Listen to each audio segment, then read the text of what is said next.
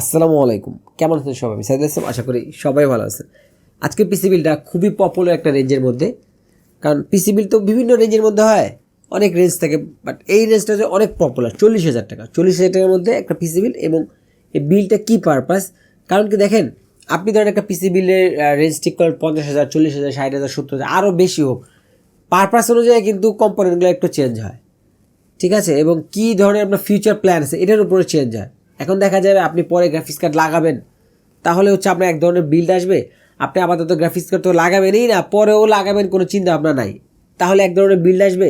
আপনি একটা বিল্ড করবেন, এই পিসিতে আপনি কোনো আপগ্রেড করার কোনো চিন্তা ভাবনা নাই, এক ধরনের বিল্ড আসবে।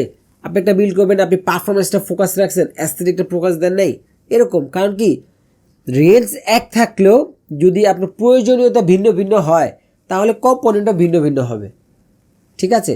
একজনের 60,000 টাকা বিল করছে, তার এই প্রয়োজন, তার একরকম কম্পোনেন্ট আসবে, তার প্ল্যান একরকম, এরকম কম্পোনেন্ট আসে, আরেকজনের অন্যরকম প্ল্যান, অন্যরকম কম্পোনেন্ট আসবে। এই জন্যই বলি, সবসময় আপনি আপনার প্রয়োজনটা বুঝে আপনি হচ্ছে পিসিগুলো বিল্ডের কম্পোনেন্ট সাজান, তাহলে ভালো হবে। তো আমাদের আজকে 40,000 বিল্ডের ফোকাস হচ্ছে পারফরমেন্স, মানে 40,000 টাকার মধ্যে ম্যাক্সিমাম পারফরমেন্স বের করা যায় কী কম্পোনেন্ট দিয়ে। ম্যাক্সিমাম পারফরমেন্স কিন্তু বলছি, 40,000 টাকার মধ্যে ম্যাক্সিমাম পারফরমেন্স বের করা যায় কী কম্পোনেন্ট দিয়ে। এবং এই বিলটা আমরা আপগ্রেড করবো না, ঠিক আছে? এরকম না যে 2-3 মাস পরে একটা গ্রাফিক্স কার্ড লাগাই নেবো, এরকম না। আর কাজটা কি, সেটা হচ্ছে আপনার প্রোডাক্টিভিটি পারপাস, সেটা ফটোশপ হোক, মানে ভিডিও এডিটিং যতটুকু করা যায় আর কি এই রেঞ্জের মধ্যে। গেমিং, হ্যাঁ গেমিংটাও চলে আসছে, যে লাইট গেমিং থেকে হালকা, মানে লাইট বলতে একদম লাইট না, একটু মোটামুটি গেমিং। তো প্রথম হচ্ছে প্রসেসর, আপনারা অনেকে বুঝতে পারছেন, যেহেতু আমি প্রোডাক্টিভিটির কথা বলছি, একটু ফটোশপ এই জাতীয় কাজটা হবে, তো কী প্রসেসরটা থাকবে অনেকে গেস করতে পারছেন না।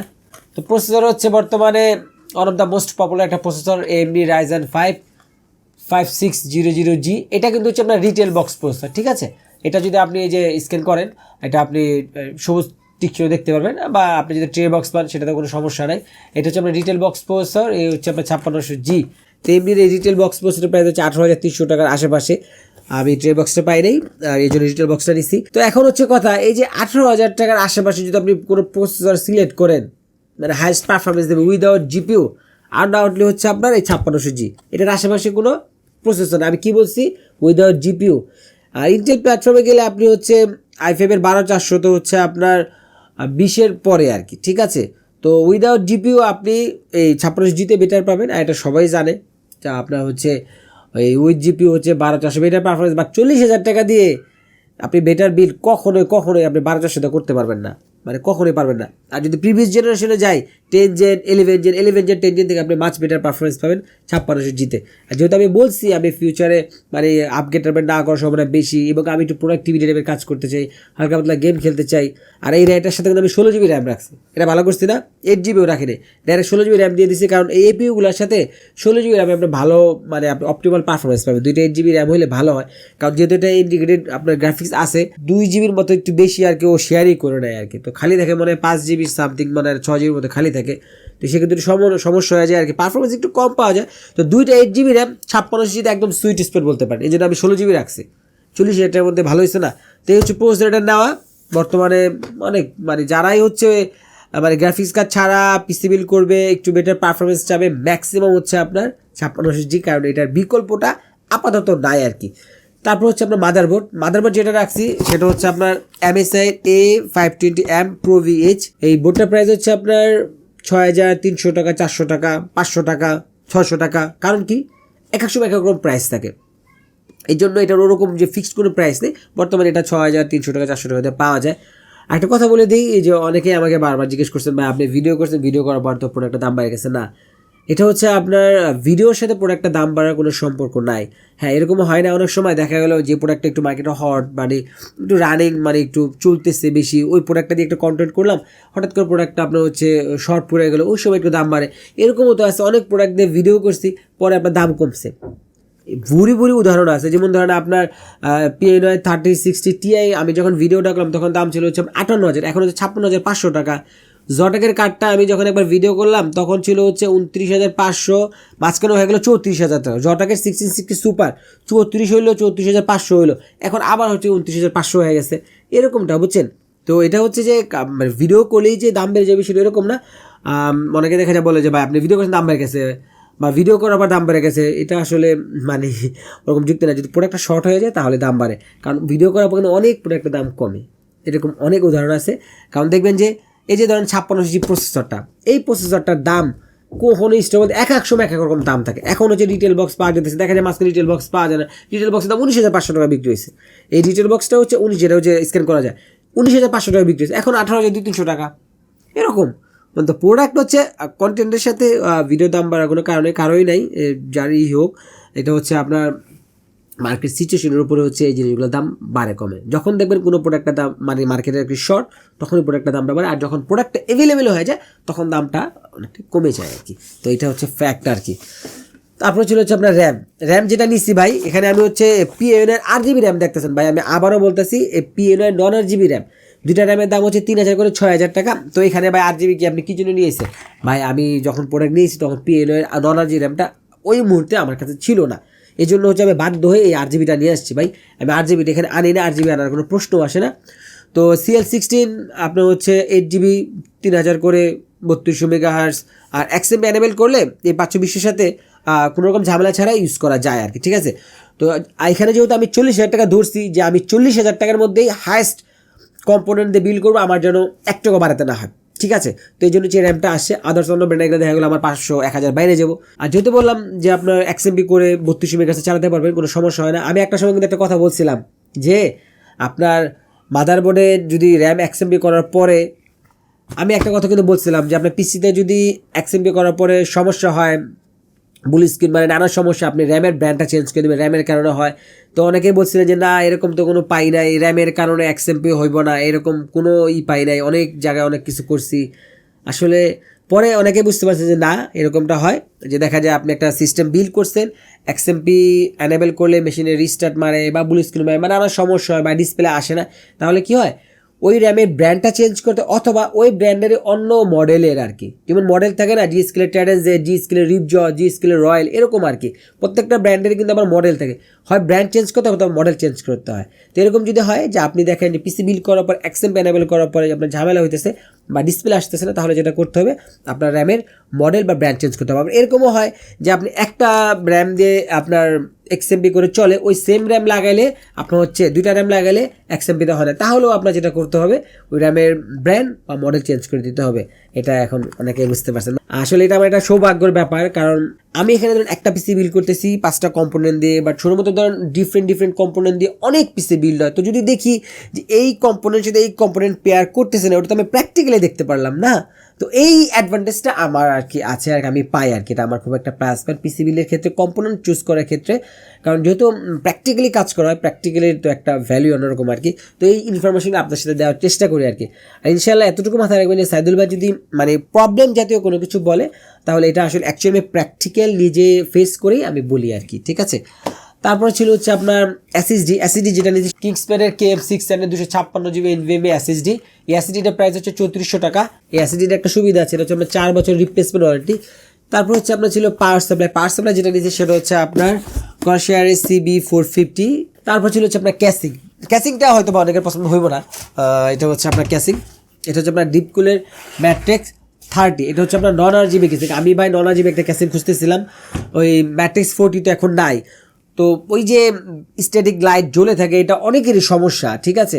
তো এটা হচ্ছে আপনার non-RGB সিম্পলের মধ্যে আর কি, ভালো একটা কম্প্যাক্ট সাইজ। আপনার পিছনে একটা non-RGB ফ্যান আছে, আর এখানে এই ক্যাসিংয়ের একটা সুবিধাও আছে। ধরেন একটা ক্যাসিংয়ের যদি অসুবিধা থাকে, দুই একটা তো সুবিধা থাকবেই। তো এটা একটা সুবিধা হচ্ছে, এটা আপনি মাল্টিপল হার্ড ডিস্ক লাগাতে পারবেন, 3টা হার্ড ডিস্ক লাগাতে পারবেন যদি এরকম কারো হয়ে থাকে, যেটা আপনার আগের হার্ড ডিস্ক আছে, একটু বেশি হার্ড ডিস্ক লাগাতে পারবেন 3টা। তো আপনি হচ্ছে এরকম আছে 3টা হার্ড ডিস্ক লাগাতে পারবেন, উপরে এসএসডি লাগাতে পারবেন, আর ওভারঅল সব কিছু মিলাই ভালো। এটা প্রাইস হচ্ছে 2600 টাকা। তো 2600 টাকার মধ্যে কম্প্যাক্ট সাইজের মধ্যে এটাই আছে। তারপরেও আপনার ক্যাসিং হচ্ছে আপনার নিজস্ব প্রিফারেন্স আর কি, আপনার যেটা ভালো লাগে আপনি নিতে পারেন। তবে আমার দরকার ছিল হচ্ছে একটা non-RGB কেসিং আর কি, কারণ আমি ধরে নিয়েছি এটা যারা ফ্রিল্যান্সিং করেন বা কাজ করবেন আর কি, তাদের আলটিমেটলি যারা বিশেষ করে রাতে কাজ করে তাদের জন্য লাইট অফ করাটা মানে একটা ইম্পর্টেন্ট জিনিস। তো মোটামুটি 40,000 টাকার মধ্যে বর্তমান সময়ে আপনার যদি পারফরমেন্স ফোকাস বিল্ড করেন, এটা হচ্ছে আপনার একটা ভালো বিল্ড বলতে পারেন।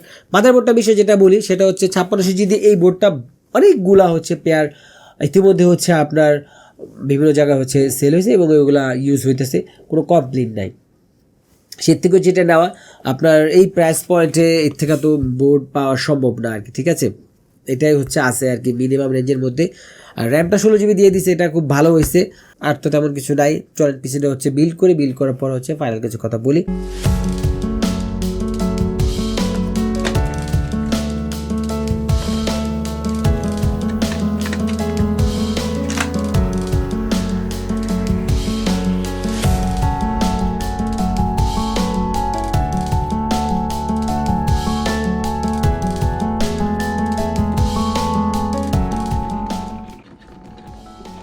আমি AMD লোগোটি ইতিমধ্যে ঘুরাই দিছি। লোগোটা ঘুরাই না দিলে এটা থাকে হচ্ছে এভাবে, দেখতে উল্টা দেখা যায়, ভালো দেখা যায় না। আর ঘুরে দিলে থাকে হচ্ছে এভাবে, জিনিসটা সুন্দর লাগে।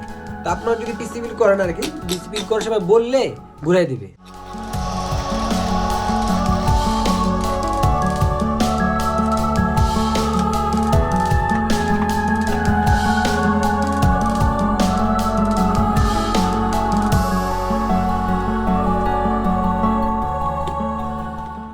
বা এখানে হচ্ছে 8 GB র্যাম লাগাই দিচ্ছে। আমি কিন্তু প্রথমেই বলছি এখানে হচ্ছে 9 GB ধরা, আমার 9 GB ছিল না, বিধা বাধ্য হয়ে 8 GB। যেটা আপনি আবার বললেন না যে ভাই আপনি দেখাইলেন 8 GB দিতে আছে 9 GB মানে বিল্ড করতে গেলে। তো এটা কিন্তু ভাই ডিসক্রিপশনটা অবশ্যই ফলো করবেন। আমি সবসময় বলি যে বিল্ডের হচ্ছে ডিসক্রিপশনটা ফলো করলে এক্স্যাক্টলি মডেল সহ কি দেওয়া আছে আপনি দেখতে পারবেন, ঠিক আছে ভাই। আপনি আমার ভুল বুঝেন না, বুঝছেন। আসলে মানুষ তো ধরেন এখন অল্পতেই ভুল বুঝে আর কি, জিনিস না বুঝে একটা চিন্তা ভাবনা করে আলে আর কি, বুঝছেন।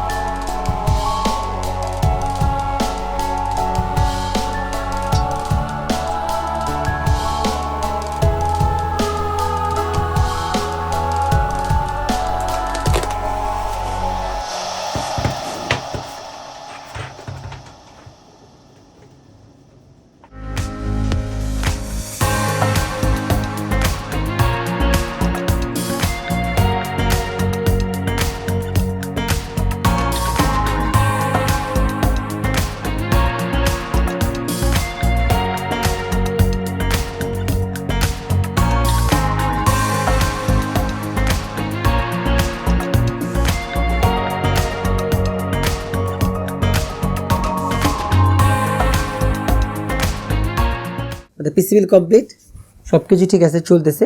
এক কথা যদি বলি 40,000 টাকার মধ্যে হাইয়েস্ট পারফরমেন্স সম্ভব এই পিসিতেই। এটা কাদের জন্য আদর্শ? যারা 40,000 টাকার মধ্যে একটা পিসি বিল করবেন, বলতে পারেন যে কোনো আপগ্রেড করবেন না, এবং পারপাসটা হচ্ছে আপনার প্রোডাক্টিভিটি প্লাস হচ্ছে হালকা পাতলা গেমিং। ধরেন এই পিসিটাতে আপনি ফ্রিল্যান্সিংয়ের কাজ করতে পারবেন। এবং এক কথা বারবার বলতে হবে, যেটা আমি বারবার বলি, কারণ প্রাইসের সাথে পারফরমেন্সের সম্পর্ক তো। 40,000 টাকার মধ্যে এর থেকে বেটার পারফরমেন্স বের করাটা আমার মনে হয় সম্ভব না এখনকার সময়, এই মুহূর্তে আর কি, ঠিক আছে। ভবিষ্যতে কি কম্পোনেন্ট দাম কমলে পারবে সেটা বিষয়টা আলাদা, আর সমসাময়িক সময়ে 40,000 টাকার মধ্যে হাইস্ট পারফরমেন্স এর থেকে বেটার মানে পাওয়াটা সম্ভব না। 16 GB র্যাম আছে, 2টা স্টিকের, 5600G, 18,300 টাকা, 18,000 টাকা রেঞ্জের মধ্যে যদি কোনো আপনি এপিইউ খুঁজেন আর কি, যেহেতু আমি গ্রাফিক্স কার্ড লাগাবো না, তাহলে আপনি এটাই সর্বোচ্চ পারফরমেন্সটা পাবেন। মোবোটা হচ্ছে প্রাইসের কথা চিন্তা করে না, পিএসইউ চেসিস সব কিছু মিলায় ঝিলায় আমার কাছে এই বিলটা ভালো মনে হয়েছে। অনেকেই দেখা যায় মানে ফ্রিল্যান্সিং করবে এরকম রেঞ্জ কি পিসি বিল করবেন তার একটু কনফিউজ থাকেন। মানে মোট কথা বাজেট রেঞ্জের পিসিগুলো একটু বেশি কনফিউজ থাকা হয়, কারণ হাই এন্ডের পিসিতে ধরেন আপনি সব কিছু নিতে পারতেছেন মোটামুটি আপনার পছন্দ মতো আর কি বলতে গেলে। বাজেট রেঞ্জে কী কম্পোনেন্ট নেবেন এটা একটু মানে সিলেক্ট করতে একটু ঝামেলা হয়ে যায়। তো আমার মনে হয় এটা তাদের খুব কাজে দেবে, যারা হচ্ছে বরাবর 40-এর মধ্যেই বা 40-এর একটু কম একটু বেশি আপনি পিসি বিল করতে পারবেন নির্দ্বিধায়। আর যাদের আরেকটু কম বাজেট আছে, আপনি জাস্ট র্যাম একটা বাদ দেবেন, তাহলে হচ্ছে এটা আপনার 37,000 টাকা হয়ে যাবে, ঠিক আছে। তো 37,000 টাকার মধ্যে কিন্তু একটা খুবই ভালো পিসি, জাস্ট একটা র্যাম আপগ্রেড করে নিলে হবে। যাদের 35,000 টাকা রেঞ্জ, আপনি 2,000 টাকা বাড়ায় দেন খালি, ঠিক আছে, খুব ভালো হলো, আপনি সিপিইউটা ভালো পেয়ে গেলেন। কারণ 4650G আর 4300G থেকে 56Gটা বেটার পারফরমেন্স ফর প্রোডাক্টিভিটি। এই পিসির সবগুলো কম্পোনেন্ট বা পিসিটা আপনি আল্ট্রাগুলিতে পেয়ে যাবেন। ডিসক্রিপশনে shop address plus website link দেওয়া আছে, একটু চেক করে নেবেন। তো এই ছিল আসলে টেক টিপস আর পিসি লিট অনেক সব ভিডিও পাওয়া যায়। টেকমিন এভরি ফেসবুক পেজটা ফলো করবেন আর টেকমিন এভরি ইউটিউব চ্যানেলটা মাস্ট সাবস্ক্রাইব করবেন। আজকে আমি এখানে বিদায় নিচ্ছি, দেখা হচ্ছে ভিডিওতে। আল্লাহ হাফিজ।